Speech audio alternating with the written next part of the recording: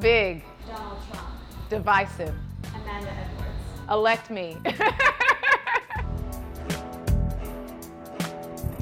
I'm running to be your next U.S. Senator for the United States in the state of Texas. Good morning. It's a Saturday morning. We are in a rush. We are heading out to the community to get our day started. I'm a different type of candidate.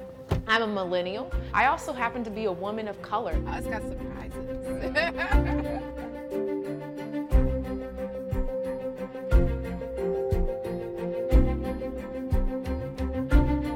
I liken this race to the story of David Goliath.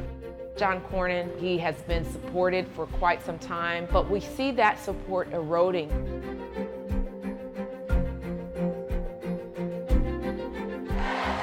Texas turned purple. Beto came within about 2.5% of winning that last election when most people would have said he couldn't do it.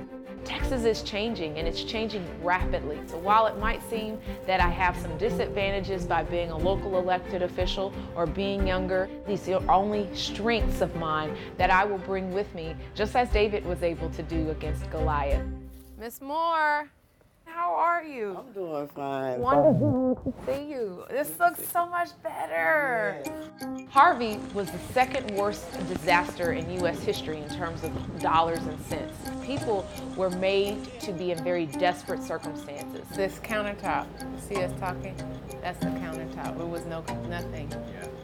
Immediately after the storm, I mobilized hundreds of volunteers to go door to door to canvass areas that had high concentrations of lower income seniors. We've been doing that work for the past 2 years. Oh wow, this is a whole new house. This is great. I remember the hole was right here. You can see right to the bottom.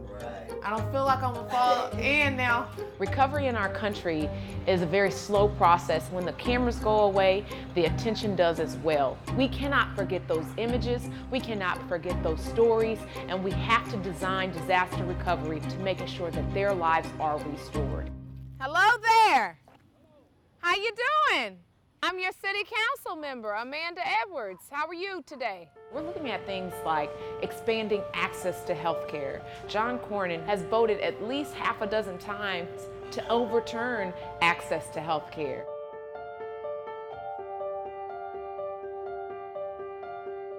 When I was growing up, my father had cancer. He was diagnosed when I was a child and suffered from it until I was 17 when he passed away. When I was watching him in his journey, I'd ask a lot of questions.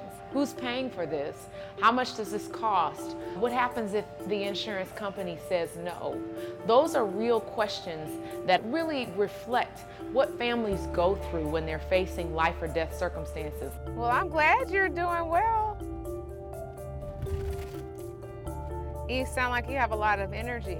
My mom got diagnosed with cancer, and she is undergoing chemotherapy, but she's on the upswing, so she had some energy in her voice, and so things are on a good path, so I'm feeling really encouraged. Tell them I was such a bad student. No, no. Actually, the one thing that was always impressive is I think you were always a leader, but you weren't that charismatic leader.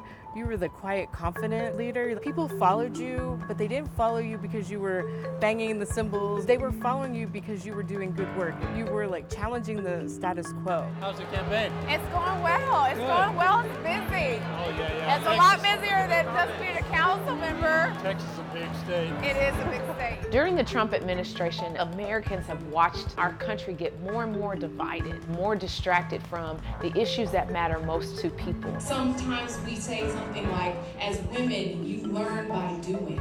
And in our case, we learn by getting it done. I think people underestimate the power of the electorate to reverse course, and 2020 will be the year in which they do.